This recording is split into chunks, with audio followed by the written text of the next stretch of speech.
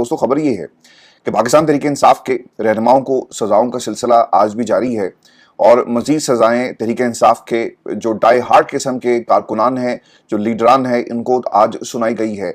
इसकी तफसील आपके सामने रखेंगे और फिर शाह महमूद कुरैशी साहब के लिए क्या कोई प्लान तैयार हो रहा है, इस पर भी रोशनी डालेंगे आज की इस नशिस्त के अंदर। और फिर इमरान खान के घर की नीलामी, ये माजरा क्या है, कितनी ज़मीन नीलाम की जाएगी और किस केस के अंदर, और पाकिस्तान तहरीक इंसाफ के वकला क्या सोए हुए थे और ये खामोशी से किसने किया।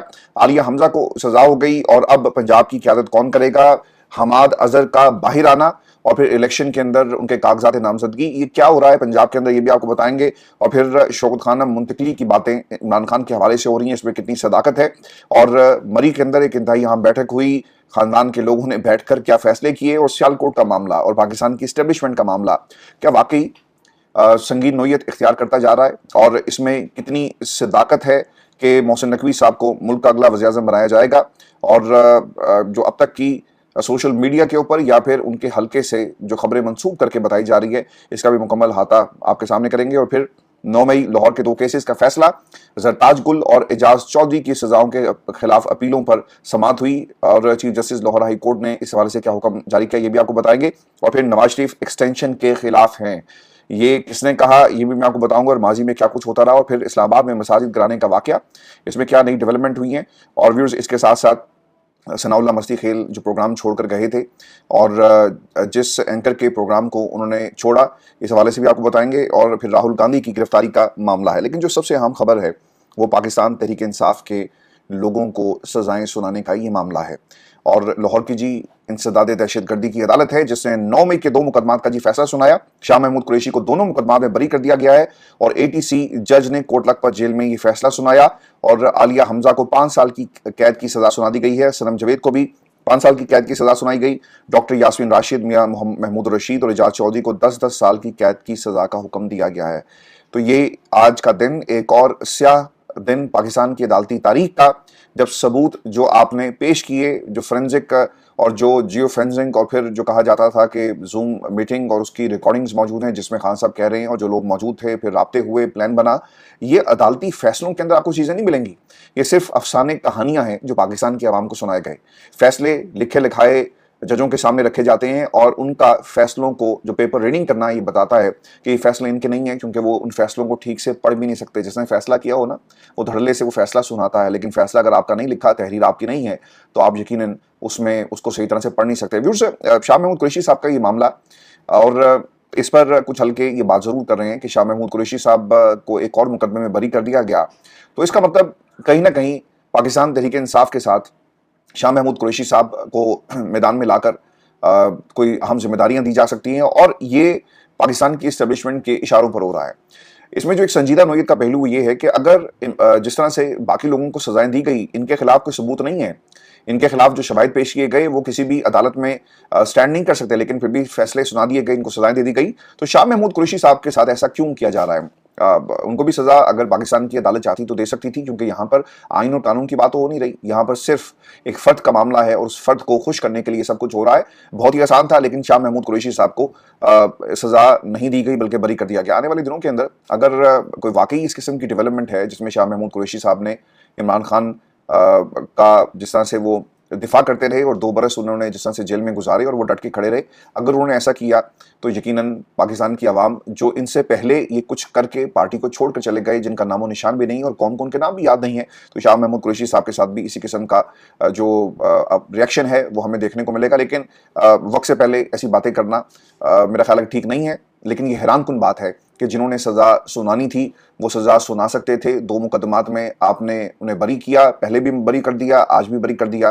कहीं ना कहीं ज़रूर कोई ना कोई एक प्लानिंग का ये एक हिस्सा है जिसके तहत शाह महमूद कुरैशी साहब को ये सज़ा नहीं दी गई। व्यूअर्स, दूसरी चीज़, इमरान खान के घर की नीलामी का मामला है और इस हवाले से जी अखबार में एक इश्तिहार दिया गया जिसके मुताबिक नीलामी जो है आज दिन 11 बजे थी। नीलामी में क्या शामिल है ये मैं आपको बता देता हूँ जी। इसमें क्लब रोड इस्लामाबाद 248 कनाल 8 मरले और जबकि 405 कनाल 3 मरले बनी गाला।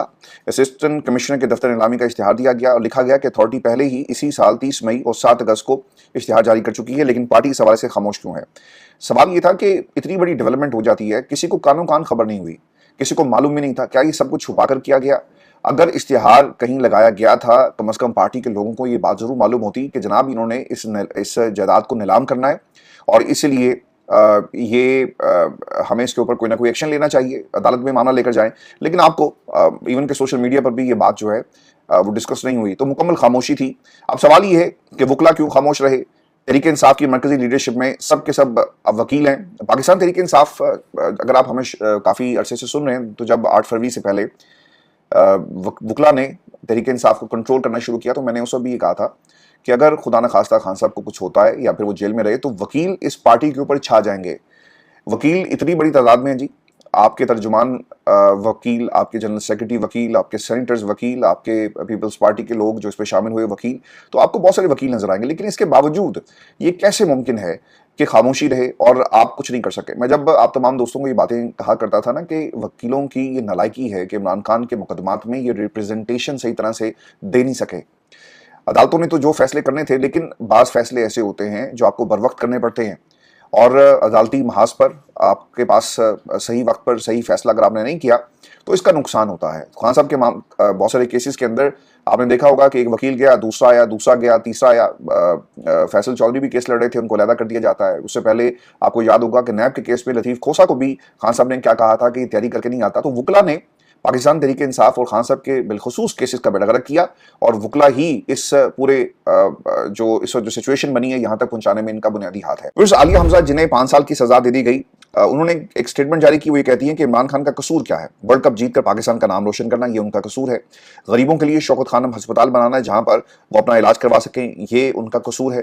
نمل اور القادر جیسی یونیورسٹیاں بنانا، پاکستانی تاریخ کا مقبول ترین لیڈر ہی سب کچھ کر سکتا ہے، لیڈر ہونا، یہ ان کا قصور ہے. غریبوں کے لیے صحت کارڈ، پناہ گاہیں، لنگر خانے بنانا، پاکستان کو ایک اسلامی فلاحی ریاست بنانا، یہ ان کا قصور ہے جس کی انہیں سزا دی گئی. اور پھر 2 سال سے زائد قید اور اس کے گھر کی نیلامی، یہ عمران خان کو تحفے دیے جا رہے ہیں پاکستان کی اسٹیبلشمنٹ اور پاکستان کی حکومت کی طرف سے. سلمان اکرم راجہ صاحب سے جی ایک سوال ضرور ہوا کہ اتنے ذہین اور اتنے کانسٹیٹیوشنل لائرز اور نہ جانے کیا کیا سینیٹر بن کے کوئی آپ کو عمران خان کے نام کے اوپر اس سیاست کرتا ہوا نظر آ رہا ہے. سلمان اکرم راجہ اس ون آف دیم، ان سے یہ سوال ہوا، ان سے پوچھا گیا تو انہوں نے کہا جی کہ عمران خان صاحب کی بنی گالہ رہائش گاہ کی مبینہ نیلامی کی خبر آج ہی سامنے آئی. اگر ایسا ہے تو یہ کسی خفیہ کارروائی کا نتیجہ ہے. بنی گالہ کے منتظمین لائلم ہیں. ہماری لیگل ٹیم معاملے کی تہہ تک پہنچنے میں سرگرم ہے. لیگل ٹیم کی حاصل کردہ معلومات کے مطابق نیب ریفرنس نمبر 2023/19 بعنوان سرکار بنام عمران خان، جسے عام طور پر القادر ٹرسٹ مقدمے کے طور پر جانا جاتا ہے، میں دیگر ملزمان کو مفرور اور اشتہاری قرار دیا جا چکا ہے. آج شائع نوٹس نیلامی ان ملزمان کی جائیداد کے حوالے سے ہے. ٹیم اس کے اوپر نظر رکھے ہوئے ہے، لیکن اگر پہلے 2 بار اختیار دیا گیا تو قیادت کو کیوں معلوم نہیں؟ بعض رپورٹس یہ بھی بتاتی ہیں کہ جو 405 کنال والی اراضی ہے جی، اس کے ساتھ ساتھ 248 زمین جو کنال ہے، یہ زمین بحریہ ٹاؤن کی ہے، اس کے علاوہ فرح خان کے نام ہے. دونوں القادر ٹرسٹ کیس میں اشتہاری ہیں، اس لیے نیلامی ہو رہی ہے. ویسے ایک چیز القادر ٹرسٹ کیس سے جو آج جس کا یقیناً آپ دوستوں کو بھی احساس ہوگا کہ پیسہ پاکستان کی سپریم کورٹ کے اکاؤنٹ میں گیا، عمران خان نے تو اس سے فائدہ نہیں اٹھایا. ایک ایسا شخص جس کے لیے سب کچھ ہوا اور پیسہ پاکستان آیا، جرمانے کے طور پہ اس رقم کو ایڈجسٹ کیا جاتا ہے، آج وہ دبئی میں بیٹھا ہوا ہے اور کوئی اس سے پاکستان لا بھی نہیں سکتا. اگر آپ چاہیں بھی نا، چونکہ ملک ریاض صاحب وہ سٹیزن وہاں کے بن گئے ہیں اور انہوں نے کہا جی کہ اگر پاکستان کی کچھ ڈیوز ہے میں دینے کے لیے تیار ہوں، اگر کوئی میرے ذمہ کچھ ہے تو میں کرنے کے لیے تیار ہوں. لیکن عمران خان جو اس وقت کے وزیر اعظم تھے، آج ایک ایسے جرم میں سزا کاٹ رہے ہیں جنہوں نے کیا ہی نہیں ہے. پیسہ پاکستان کے قومی خزانے میں پڑا ہوا ہے، لیکن انہیں اس بات کی سزا دی جا رہی ہے. ایک ایسا شخص جس نے پاکستان کے اندر جرنیلوں کو اپنے پاس نوکری پر رکھا، فوج کے بہت سارے لوگ اس کے ادارے کے ساتھ منسلک رہے، کیا ایسی پڑی تھی اس وقت حکومت کو کہ یہ سب کچھ کرنا پڑا؟ اور ملک ریاض جس کو جرمانہ کیا گیا کراچی کے کیس کے اندر، وہ پیسہ پاکستان آتا ہے اور اس پیسے کو سپریم کورٹ پاکستان کے اکاؤنٹ میں بھی ڈال دیا، لیکن اس کے باوجود سزا عمران خان کو مل جاتی ہے.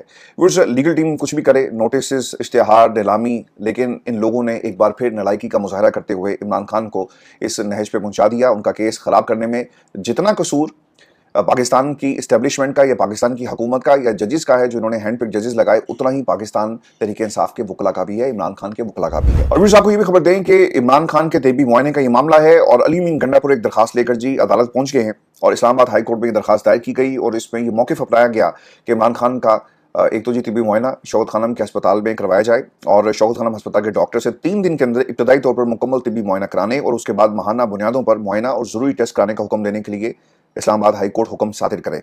इमरान खान की जानिब से वज़ीर आला KP के अली मीन गंडापुर की तरफ से दरखास्त आई जी। कहा गया कि इमरान खान का वजन मुसलसल कम हो रहा है, वो मुख्तलिफ बीमारियों में मुबतला हो रहे हैं।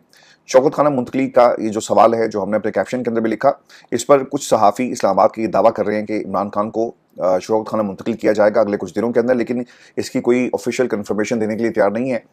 और ऐसे वक्त में जब अली मीन गंडापुर जो पाकिस्तान की इस्टेब्लिशमेंट के बहुत ज़्यादा करीब हैं, उनकी तरफ से दरख्वास्त दायर करना और इस्लामाबाद के सहाफ़ियों का इस पर ये ख्याल और जो उनके ज़राए वो ये बताते हैं, यकीनन कहीं ना कोई खिचड़ी जो है वो ज़रूर पक रही है। अब इस्लामाबाद जी कफ़ाओं का एक मरकज़ बना हुआ है और ये भी खबर आ रही है कि हुकूमत और पाकिस्तान की इस्टेब्लिशमेंट के दरमियान दरार पड़ रही है और ये अब एक पेज नहीं है कहीं ना कहीं। और जब से ये एक्सटेंशन की बात शुरू हुई, ये खबरें इस वक्त इस्लामाबाद में गर्दिश कर रही हैं। अब ये अफवाहें हैं, इसमें हकीकत कितनी है पता ही चला जी कि शहबाज शरीफ साहब आज सारी दफ्तरी मनसूफियात जो है छोड़कर अचानक मरी पहुंच गए और वहाँ इस वक्त मियां नवाज शरीफ, शहबाज शरीफ और मरीम नवाज की मुलाकात चल रही है।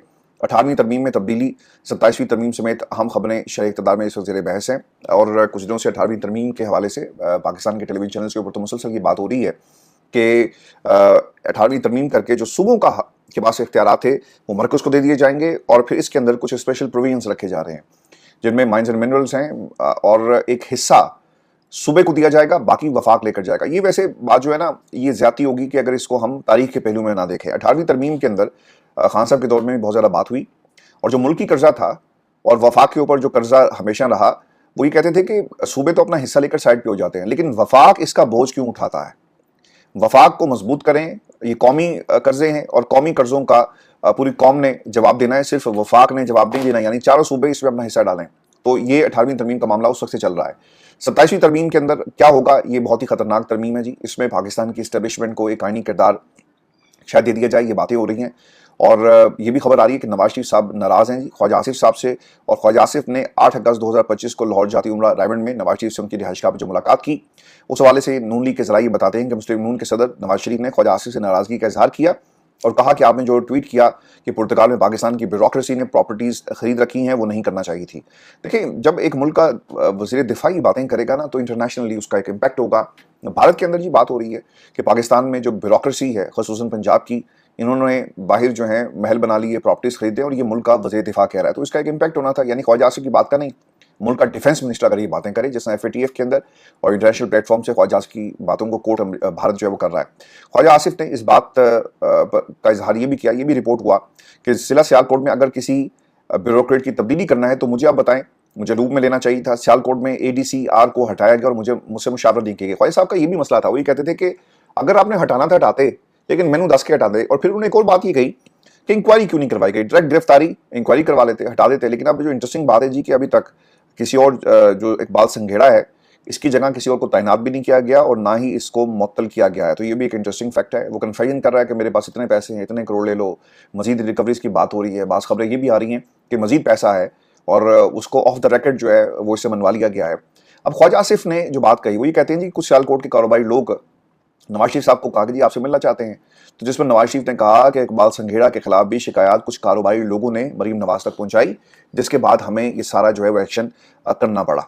अब पाकिस्तान की हुकूमत और इस्टेब्लिशमेंट के दरमियान किस हद तक मामला ख़राब हुए हैं जी, ये तो वक्त बताएगा और ये नवंबर के बाद मजीद चीज़ें बड़ी वाज़ेह हो जाएंगी। लेकिन एक चीज़ इंपॉर्टेंट इसमें यह है कि जिस दिन इन प्रॉक्सीज को और नाम के हुक्मरानों को फ़ोन आ गया ना कि भाईजान छुट्टी करें, और शहबाज शरीफ साहब एक सुबह इसी तरह स्विमिंग करते हुए जो उनकी हॉटलाइन है वहाँ पे फ़ोन आएगा कि your days are over, it's time to go, तो इनको जाना पड़ जाएगा। शहबाज शरीफ साहब क्या करेंगे ये शहबाज शरीफ साहब भी बता सकते हैं, लेकिन इन्होंने पाकिस्तान की इस्टेब्लिशमेंट को खुश करने के लिए हर वो काम किया जो गैर जमहूरी था और इन्होंने सब कुछ पाकिस्तान की इस्टेब्लिशमेंट के हाथ गिरवी रखवा दिया। अगर ये पलट कर देखना भी चाहें और जिस तरह से अपनी सियासत को बचा रहे हैं रियासत के नाम के ऊपर, इनका रिवाइवल पाकिस्तान की आवाम के रास्ते नहीं हो सकता। हाँ, गेट नंबर 4 जब तक चाहेगा इन्हें इस्तेमाल करेगा। और जो खबरें ख्वाजा आसिफ के हवाले से आ रही हैं कि ख्वाजा आसिफ को भी टिश्यू पेपर की तरह इस्तेमाल करके फेंक दिया गया, इन लोगों का भी हाल इसी तरह का होने वाला है। अब खबर یہ بھی ہے، اور یہ بھی ایک انتہائی اہم خبر ہے محسن نقوی صاحب کے حوالے سے کہ انہیں شاید اگلا وزیر اعظم بنا دیا جائے۔ 2 دن پہلے حافظ حمداللہ صاحب نے ایک ٹیلی ویژن پروگرام میں یہ بات کہی تھی کہ محسن نقوی کو الیکشن لڑوا کر وزیر اعظم بنانے کی تیاری ہو رہی ہے، اور ادھر وزیر اعظم بنتے نہیں بنائے جاتے ہیں۔ محسن نقوی کو ووٹ کرنے والے نواز شریف، شہباز شریف اور زرداری صاحب ہوں گے۔ آج اسٹیبلشمنٹ کے قریب سمجھے جانے والے ایک صحافی، دی نیوز کے صحافی انصار عباسی صاحب نے خبر دی کہ وفاقی حکومت میں ممکنہ تبدیلی سے متعلقہ حالیہ کیسرائیوں کے درمیان معتبر اور باخبر ذرائع نے ان افواہوں کو رد کرتے ہوئے کہا کہ اسلام آباد اور راولپنڈی کے درمیان تعلقات انتہائی خوشگوار ہیں اور عسکری